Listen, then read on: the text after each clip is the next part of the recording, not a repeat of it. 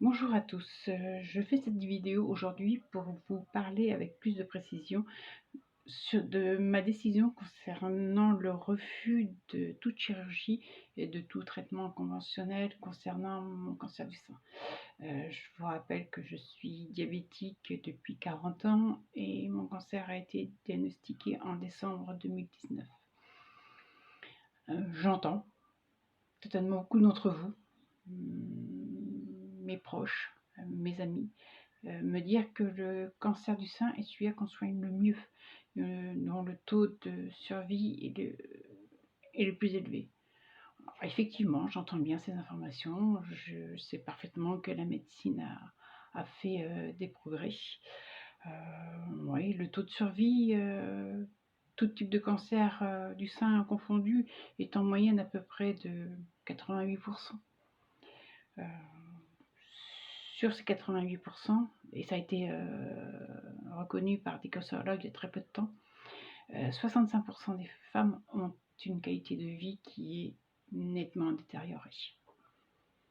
En plus, ce taux, en cas de diabète, diminue de 30%. Et je ne vous parle pas de diabète avec des complications, c'est même pas une CD.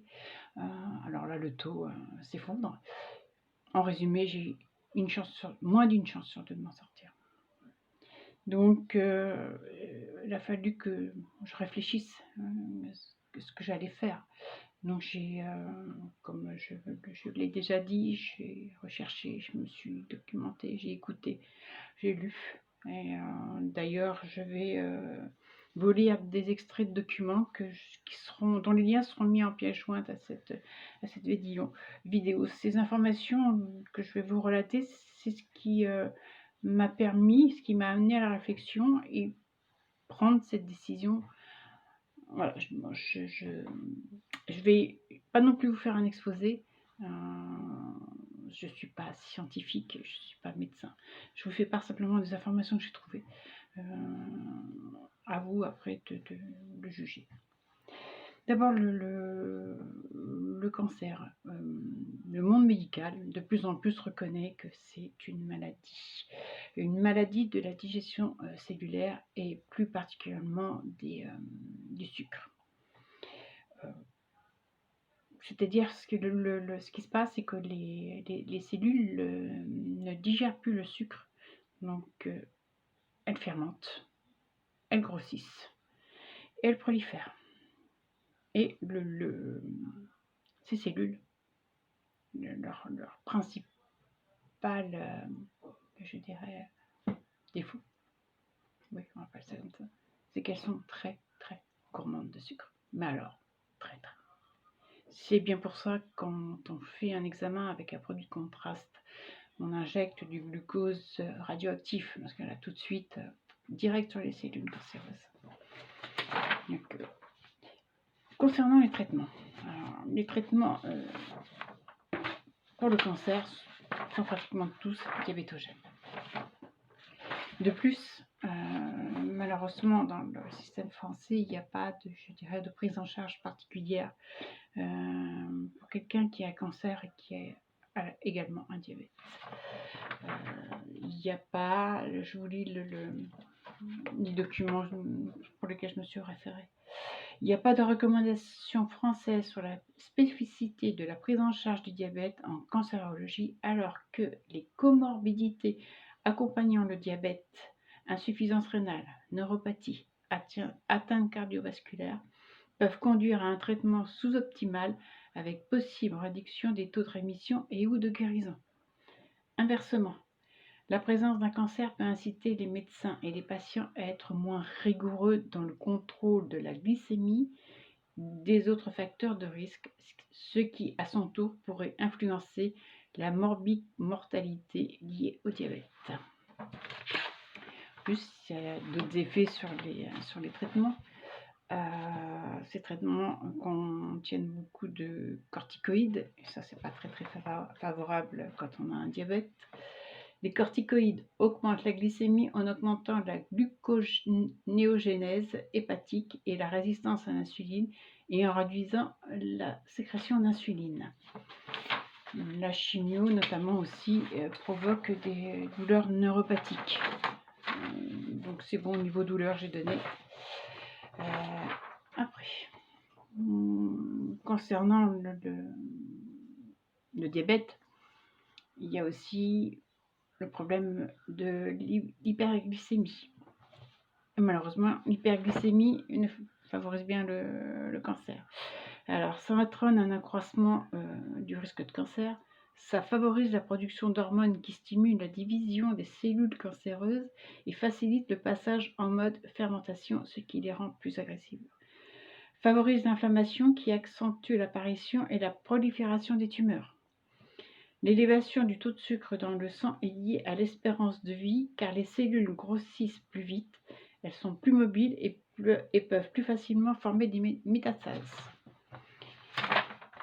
Après, on va parler de l'insuline. L'insuline, c'est quand même le traitement principal d'un diabète. Un taux d'insuline élevé favorise la sécrétion d'hormones et des facteurs de croissance dont les cellules ont besoin. L'insuline peut directement favoriser la croissance des cellules tumorales. Après. Alors, l'insuline a un rôle primordial tout comme autres hormones. En outre, l'hyperglycémie pourrait aussi favoriser la progression tumorale en raison de son activité métabolique intracellulaire et d'un transport membranaire de glucose plus important dans les cellules cancéreuses et d'une activité métabolique augmentée.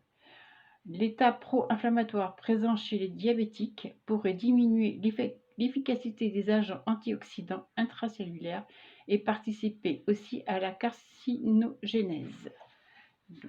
Et je vais parler aussi de la mortalité parce que c'est quand même un sujet qu'on doit aborder. Une récente méta-analyse regroupant 23 études a montré un risque relatif de mortalité toutes causes confondues en cas de cancer chez les personnes diabétiques par rapport aux individus sans diabète. De plus, la présence de comorbidités plus fréquentes chez les patients diabétiques telles que la maladie coronarienne, l'insuffisance cardiaque ou rénale, peut influencer le clinicien à traiter ces patients de manière moins agressive sur le plan oncologique. Le patient diabétique est aussi à risque plus élevé de développer des complications potentiellement mortelles sur des interventions en lien avec un cancer. Enfin, la prise en charge du cancer peut détourner l'attention du patient et de son soignant de la prise en charge diabétique et ainsi accélérer la progression des complications liées au diabète. La mortalité plus élevée observée chez les patients atteints d'un cancer traités par des OHA ou insuline est conforme aux preuves existantes selon lesquelles un traitement plus intensif du diabète reflète un plus grand degré de comorbidité au moment du diagnostic et donc une survie plus faible. Voilà, ce sont les informations que j'ai trouvées. Parler un petit peu de mon diabète maintenant. Donc, j'ai un diabète ancien, depuis 40 ans. Un diabète qui est assez difficile à équilibrer, facilement perturbé par tout ce qui peut venir autre comme traitement ou stress. J'ai déjà pas mal de complications, les pieds, les yeux, l'estomac, parce que j'ai bénéficié d'un pacemaker en 2013 pour le faire fonctionner. Voilà, donc maintenant, voilà, quel choix, je fais quoi? Je me suis posé la question. Le cancer, les traitements vont mettre en hyperglycémie, ça c'est sûr et certain. J'ai déjà eu d'autres traitements, notamment avec des corticoïdes. Et voilà, le diabète, c'est des glycémiques, moi, qui vont remonter jusqu'à 5 grammes. Je ne peux pas me permettre d'avoir un diabète déséquilibré. Si c'est le cas, c'est sûr et certain, c'est irrémédiable. J'irai vers une insuffisance rénale. Donc, si je soigne mon diabète, ça veut dire l'injection de plus d'insuline. Je vous ai lu, l'insuline influence aussi le diabète. Donc, voilà, je choisis quoi, je choisis laquelle pathologie me tue. Je choisis que ce soit le diabète, je choisis que ce soit le cancer. Eh ben non. Non, non, j'ai choisi de pas. J'ai choisi de vivre. Oui, de vivre.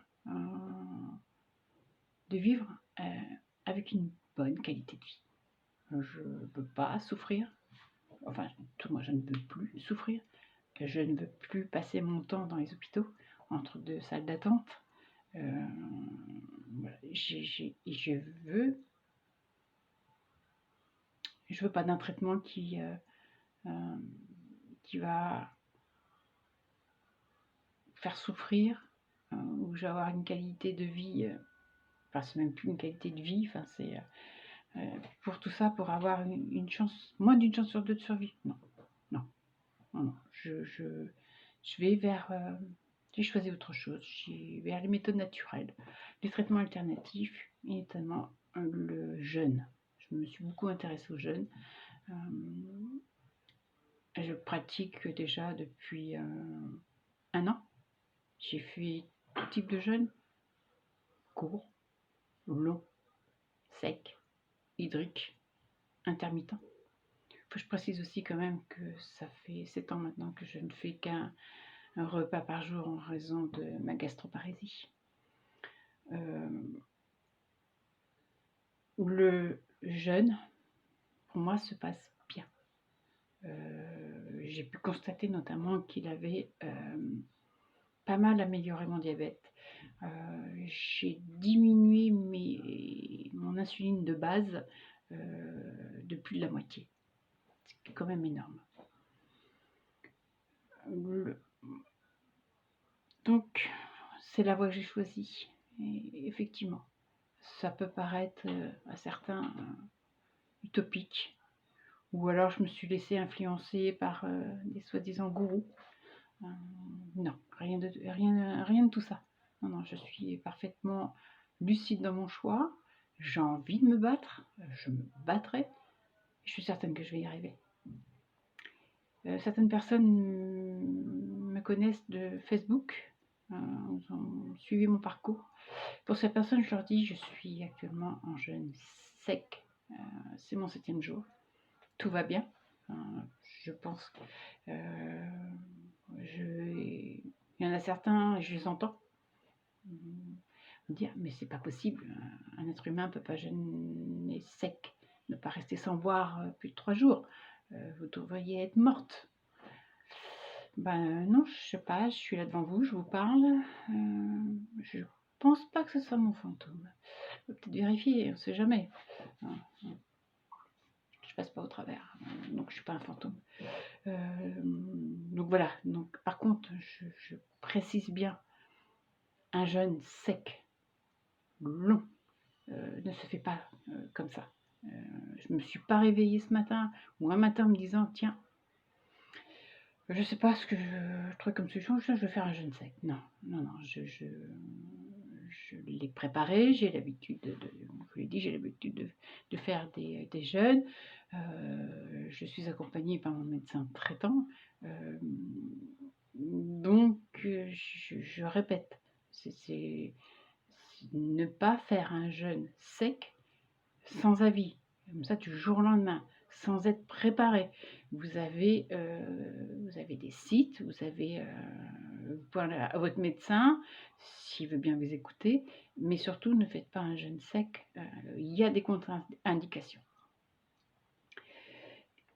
Donc j'estime moi que ce choix, quand je regarde les résultats, c'est que ce jeûne sec et autres jeûnes et autres méthodes naturelles que je vais prendre, telles que le traitement métabolique, a un gros avantage pour moi. C'est que je vais soigner mon cancer et améliorer mon diabète. Et là, le diabète devient l'ami du cancer et vice-versa. Si cela vous dit, si cela vous intéresse, vous pourrez suivre mon parcours. Je publierai d'autres vidéos où je parlerai de mon jeûne, je parlerai de l'évolution de mon cancer et d'autres choses. Juste petite dernière information, parler de mon cancer ou ma tumeur. J'ai passé un examen au mois de septembre. J'ai passé une échographie qui montre que ma tumeur, depuis le début, a diminué de 3 mm. Alors, c'est pas beaucoup, mais est-ce que c'est un début? Je ne sais pas. Tout au moins, ce qui veut dire une chose, c'est qu'elle ne progresse pas. Donc ça fait qu'un an qu'elle ne bouge pas. Mon prochain examen est prévu le 7 décembre. Donc je publierai les résultats, je vous informerai. Je vous dis à bientôt. Au revoir.